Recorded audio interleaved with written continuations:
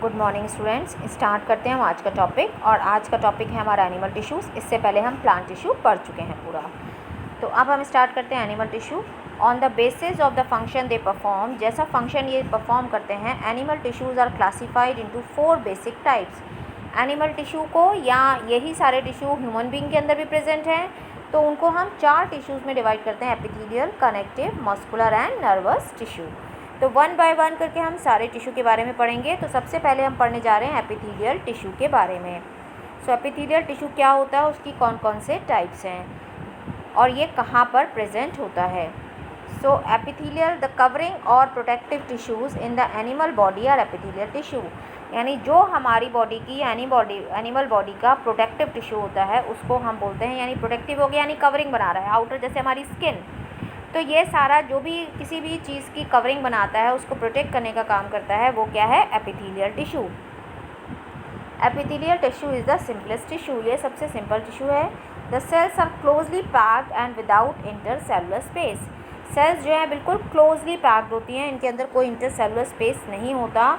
कैसे? मान लो ये एक सेल है इस तरह से, तो इसके साथ ये कॉम्पैक्टली अरेंज्ड होंगी इस तरह से, कोई इंटरसेलुलर स्पेस नहीं होगा। उसका रीज़न है कि इंटरसेलुलर स्पेस होगा तो कोई माइक्रोब सेंटर कर सकते हैं, तो उसको प्रिवेंट करने के लिए ये बिल्कुल कॉम्पैक्टली अरेंज होती हैं। इंटरसेलुलर स्पेस यानी दो सेल के बीच का जो स्पेस होता है वो उसमें नहीं होता। It forms a barrier to keep different body system separate. इसी की वजह से हमारे सारे बॉडी सिस्टम सेपरेट रहते हैं, नहीं तो सब एक दूसरे में मिल जाएंगे। तो ये उनको सेपरेट करने का काम करता है, उनके बीच में बैरियर का काम करता है। All epithelium is separated from underlying tissue bye extra cellular fibrous basement membrane. हाँ, ये एक खासियत है जो ध्यान रखनी है आपको।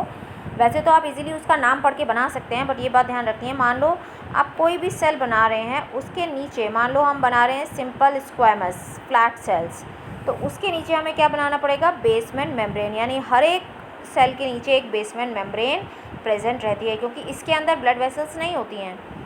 तो जो भी चीज़ इसकी रिक्वायरमेंट होती है इसको कौन प्रोवाइड करता है? ये बेसमेंट मेम्ब्रेन। तो जितनी भी एपिथेलियल टिश्यू हैं उनके नीचे बेसमेंट मेम्ब्रेन होती हैं, क्योंकि जो भी उनकी रिक्वायरमेंट है, जो भी ब्लड वेसल्स वगैरह है, वो बेसमेंट मेम्ब्रेन में होती हैं, एपिथेलियल टिश्यू में प्रेजेंट नहीं होती हैं। क्योंकि अगर एपिथेलियल में होंगी तो आपके स्किन में ज़रा सा भी कहीं टच होगा तो वहाँ पर ब्लड वेसल अगर रप्चर हो गई तो ब्लड आ सकता है। तो ऐसा नहीं होता जब तक कि बहुत डीपली कट नहीं होता है। So the skin, the lining of the mouth, the lining of the blood vessels, the skin कहाँ प्रेजेंट है? स्किन में प्रेजेंट है। Lining of the mouth, mouth की लाइनिंग में प्रेजेंट है। लाइनिंग ऑफ ब्लड वेसल्स यानी जो आर्टरीज़ हैं हमारी उनमें प्रेजेंट हैं। लंग एल्वियोलाई क्या होती है? जो हमारे लंग्स होते हैं उनके अंदर, जैसे हमारे लंग्स प्रेजेंट हैं यहाँ पर, तो यहाँ ये ट्रैकिया आ रहा है, फिर ये लंग्स यहाँ पर प्रेजेंट है। तो लंग्स के अंदर जो ब्रोंक्यूल्स हैं, ऐसे फर्दर डिवीज़न होता है उनका, इस तरह से डिवीज़न होता जाता है, और फिर वहाँ पर छोटे छोटे ऐसे ग्रेप्स की तरह के बंचेस बन जाते हैं। तो वहाँ पर भी लंग एल्वियोलाई, तो उनके चारों तरफ ब्लड कैपिलरी का नेटवर्क होता है, तो ये वहाँ पर भी ये प्रेजेंट होते हैं। क्यों प्रेजेंट होते हैं उनकी भी रीज़न मैं अभी आपको बताऊँगी इसको। तो आगे चलते हैं हम। Made up of epithelial tissue. तो lung alveoli, lining of blood vessels, kidney tubule, सब एपिथेलियल टिश्यू से मिलकर बने हैं। अब है टाइप्स ऑफ एपिथेलियल टिश्यू। कितने तरह का एपिथेलियल टिश्यू होता है? Depending upon the shape and functions of the cell, epithelial tissue is classified as, जैसी उसकी सेल्स हैं, जैसे उनके फंक्शन है, उसके अकॉर्डिंग उसको डिवाइड किया गया। सबसे पहला सिंपल स्क्वैमस एपिथेलियम। स्क्वैमस मतलब फ्लैट सेल्स, जैसे फ्लोर टाइल्स होती हैं बिल्कुल flat. The cells are very thin and flat and appear as a tiles over a floor. It is single layered and closely fitted. Single layer है, closely fitted है, बहुत thin है। उसका reason है, क्या रीज़न है? ताकि कोई भी चीज़ आराम से एक्सचेंज हो सके, इधर से उधर जा सके, इसलिए ये बहुत डेलिकेट लाइनिंग होती है, थिन होती हैं, सिंगल लेयर होती हैं। It forms a delicate lining of blood vessel, जो मैं अभी आपको बात कर रही थी। And lung alveoli where substances transport occurs through a selectively permeable membrane. देखिए, मैं एक खाली एल्वियोलाई बना रही हूँ। एक एल्वियोलाई मान लो ये है, ठीक है, उसके चारों तरफ ब्लड कैपिलरी का नेटवर्क है ये। अब क्या होता है, ये इतनी पतली होती है, इतनी थिन होती है कि आराम से ये जो एल्वियोलाई है उसके चारों तरफ भी स्क्वैमस एपिथेलियम प्रेजेंट है, और ब्लड वेसल के चारों तरफ भी स्क्वैमस एपिथेलियम प्रेजेंट है। तो ये वन सेल थिन है, तो आराम से कोई भी चीज़ यहाँ पर क्या होगा? एल्वियोलाई, लंग के अंदर क्या प्रेजेंट होगा? ऑक्सीजन। और ब्लड वेसल के अंदर क्या होगा इस टाइम पे, कार्बन डाइऑक्साइड, तो गैसेस एक्सचेंज हो जाएगा, ऑक्सीजन ब्लड वेसल के अंदर चली जाएगी और कार्बन डाइऑक्साइड ब्लड वेसल से एल्वियोलाई में चली जाएगी। अगर थिन है तो, अगर थिन नहीं होती तो सेल आराम से मूव नहीं कर सकते थे। तो ये वहाँ पर प्रेजेंट होती है स्क्वामस एपिथेलियम, आपको रटना नहीं, समझना है, जहाँ पर किसी भी चीज़ का एक्सचेंज होना है और वो एक्सचेंज आराम से हो सके, डिफ्यूज़न के थ्रू एक जगह से दूसरी जगह सब्सटेंस जा सकें, तो वहाँ पर क्या प्रेजेंट होगी, सिंपल स्क्वामस एपिथेलियम। तो कहाँ होगा ये भी आपने देखा, लंग एल्वियोलाई में और ब्लड वेसल्स के अंदर, ताकि आराम से एक्सचेंज हो सके गैसेस का। फिर it also covers oesophagus and lining of the mouth, और कहाँ पर प्रेजेंट है, लाइनिंग ऑफ द माउथ में और ईसोफेगस के अंदर। अब दूसरा आता है स्ट्रेटिफाइड स्क्वामस एपिथेलियम। देखिए वो भी स्क्वामस है, ये भी स्क्वामस है, तो दोनों में क्या डिफरेंस है, जब ये स्क्वामस लेयर बहुत सारी लेयर्स में अरेंज हो जाएंगी एक के ऊपर एक के ऊपर एक, यानी स्क्वामस लेयर जो है, मैं आपको अभी डायग्राम एक बार इसका दिखाती हूँ, देखिए देखिए ये है सिंपल स्क्वामस, ये देखिए बिल्कुल थिन है, नीचे ये बेसमेंट मेम्ब्रेन है ब्लू वाली, ठीक है, और ये सिंपल टाइल्स जैसे फ्लोर टाइल्स होती हैं वैसी है, ये है स्क्वामस एपिथेलियम, ठीक है, ये स्क्वामस है। अब ये तो हो गई सिंपल। अब ये अगर बहुत सारी लेयर्स में अरेंज हो जाएगी, देखिए कहाँ है इसकी, ये लेयर्स में दिखाते हैं, दूसरे वाले डायग्राम में है ये, हाँ ये जो है देखिए, अब यहाँ पर कितनी सारी लेयर्स आ गई इसकी, ये कितनी सारी लेयर्स होंगी जो एक के ऊपर एक अरेंज हो गई, ये इतनी सारी लेयर्स, और ये नीचे बेसमेंट मेम्ब्रेन है, बेसमेंट मेम्ब्रेन आपको सब में बनानी है। तो ये सारी लेयर्स यानी ये स्क्वामस एपिथेलियम को एक के ऊपर एक के ऊपर एक के ऊपर एक लगाते चले जाएंगे, तो इसको हम क्या बोलते हैं, स्ट्रेटिफाइड स्क्वामस एपिथेलियम। ये कहाँ प्रेजेंट होती है, हमारे स्किन में, क्योंकि अगर सिंगल एक लेयर होती स्क्वामस की तो क्या होता था, जल्दी से कट पिट जाता और जो है हमें चोट लग जाती। पर हमारे को चोट से बचाने के लिए, हमारे को वेयर एंड टेयर से बचाने के लिए ये बहुत सारी लेयर्स इकट्ठा हो जाती हैं, तो इसको हम बोलते हैं स्ट्रेटिफाइड स्क्वामस एपिथेलियम। नेक्स्ट आगे चलते हैं हम, stratified squamous epithelium. Cells are arranged in many layers to prevent their wear and tear.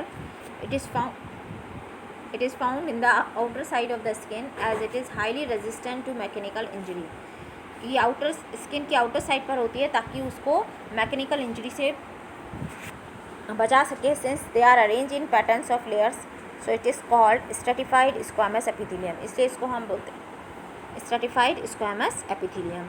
अब नेक्स्ट आता है क्यूबॉइडल। देखिए शेप, आप उसका शेप देखिए, क्या वर्ड आ रहा है, क्यूबॉइडल। इसका मीन्स है कि यहाँ पर जो सेल्स हैं वो क्या होंगी, क्यूब की तरह से, तो इसलिए इसका नाम क्या हो गया, cuboidal. It is made up of cube shape cells which have round nuclei, जिसमें राउंड न्यूक्लियाई होता है।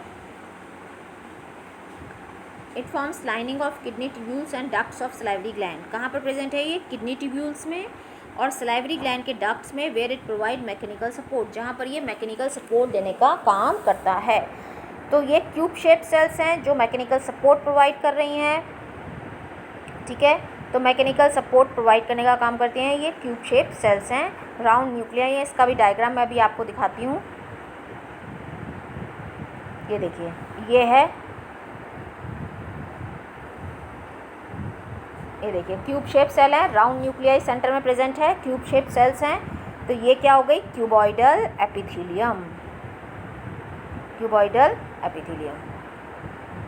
नेक्स्ट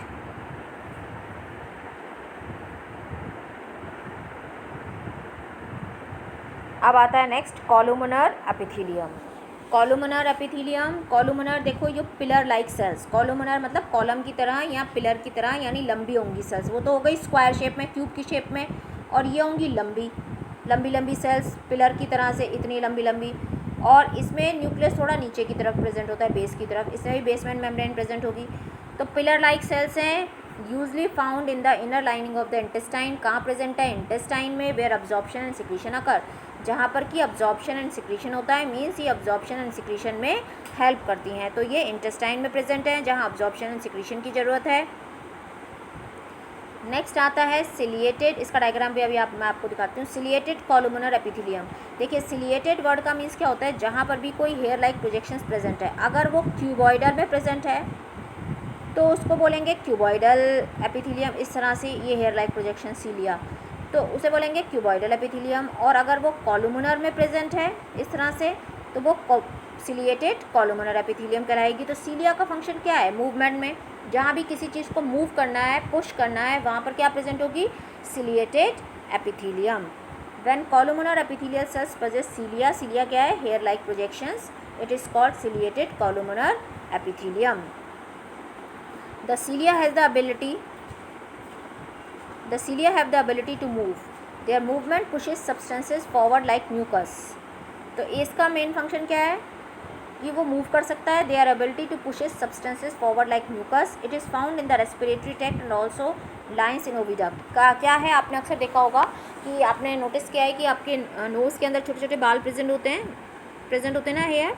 तो वहाँ पर क्या होता है? जितना भी डस्ट होता है वो इकट्ठा हो जाता है, तो वो म्यूकस जो होता है वो डस्ट को पकड़ लेता है। तो वहाँ पर म्यूकस का मूवमेंट, यानी जितना भी रेस्पिरेटरी ट्रैक्ट है वहाँ पर ये प्रेजेंट होता है, ताकि डस्ट पार्टिकल को, फॉरेन पार्टिकल को सबको पकड़ ले और म्यूकस को वो आगे मूव कराने में हेल्प करता है। तो ये म्यूकस की वजह से हमारा पूरा एलिमेंट्री कैनाल में कहीं पर भी जब फूड मूव करता है तो कहीं चोट नहीं लगती, ताकि वो म्यूकस एक चिपचिपा सब्सटेंस होता है जिसकी वजह से पूरा फिसलता हुआ फूड एक जगह से दूसरी जगह पहुँच जाता है। ओविडक्ट में क्या है? ओवा को रिसीव करना है, ओवा को मूव कराना है। ओवा को रिसीव करने के लिए वहाँ फिम्बरी प्रेजेंट है, पर ओवा को मूव कराना है, ओविडक्ट तक ले जाना है ओवरी से, तो वहाँ पर भी सिलेटेड एपिथेलियम होता है, ताकि वो सीलिया के थ्रू ओवा को मूव करा सके ओवरी से, क्योंकि ओवा तो नॉन मोटाइल होता है, तो ओवा का ओविडक्ट तक जाना जरूरी है जहाँ पर फर्टिलाइजेशन होना है, तो वहाँ पर मूव कराने के लिए भी सिलिएटेड एपिथेलियम प्रेजेंट होता है। सो नेक्स्ट आता है हमारा glandular epithelium. Sometimes epithelial cells acquire additional specialization as gland cells which can secrete substances. कुछ टाइम पे क्या होता है कि जो ये एपिथेलियल सेल्स होती हैं वो अंदर की तरफ टर्न हो जाती हैं, और एक बिल्कुल इस तरह से, जैसे ये एपिथेलियल सेल अंदर की तरफ टर्न हो गई और एक ग्लैंड की शेप इसने ले ली, तो इसको हम क्या बोलते हैं? ग्लैंडुलर एपिथेलियम, यानी स्पेशलाइज फॉर्म में कन्वर्ट हो जाती हैं ग्लैंड की तरह से, तब हम इसको बोलते हैं glandular epithelium. which secrete substances at the epithelial surface. A portion of the epithelial tissue fold inward to form a multicellular gland called glandular epithelium. तो अब हम उसको बोलते हैं ग्लैंडुलर एपिथेलियम। तो ये देखिए कॉलमनर एपिथेलियम और ये स्ट्रैटिफाइड एपिथेलियम। तो अब ग्लैंडुलर एपिथेलियम में क्या हुआ कि ये स्पेशलाइज्ड हो गई, अंदर की तरफ मुड़ गई और ग्लैंड्स में कन्वर्ट हो गई, और इनका जो सिक्रीशन है वो इसके सरफेस पर आ जाता है। आपको पता है कि हमारी बॉडी में जो है ग्लैंड्स प्रेजेंट होती हैं, तो वो किसकी वजह से बन रही हैं? जब एपिथेलियल सेल्स है, एपिथेलियल सेल्स का जो है एपिथेलियल सेल्स का जो इनवर्ड मूवमेंट हो रहा है, जिससे कि वो ग्लैंड के अंदर कन्वर्ट हो रही है और क्या बना रही है? Glandular epithelium. तो ये आपको समझ में आया कि किस तरह से जो है ये एपिथेलियल सेल्स का, अब इसको अगर हम फंक्शन में कन्वर्ट करें कि एपिथेलियल टिश्यू का फंक्शन क्या है, तो ये सारे फंक्शन एपिथेलियल में काउंट होंगे कि स्किन का स्किन के फॉर्म में प्रेजेंट है, तो हमारे को वेयर टेयर से बचाता है, ट्रांसपोर्ट ऑफ सब्सटेंसेस में हेल्प करता है, मैकेनिकल इंजरीज से बचाता है, मैकेनिकल सपोर्ट प्रोवाइड हमको जो है सपोर्ट प्रोवाइड कर रहा है, फिर जो है मूवमेंट्स में हेल्प कर रहा है रेस्पिरेटरी ट्रैक में, और है ना। तो ये सारे हमारे फंक्शंस के अंदर आ जाएंगे। वेयर टेयर से बचा रहा है, तो ये सारे हमारे एपिथेलियल सेल के फंक्शंस में इंक्लूड हो जाएंगे। तो आपको समझ में आ गया होगा ये। So thank you, thanks for watching.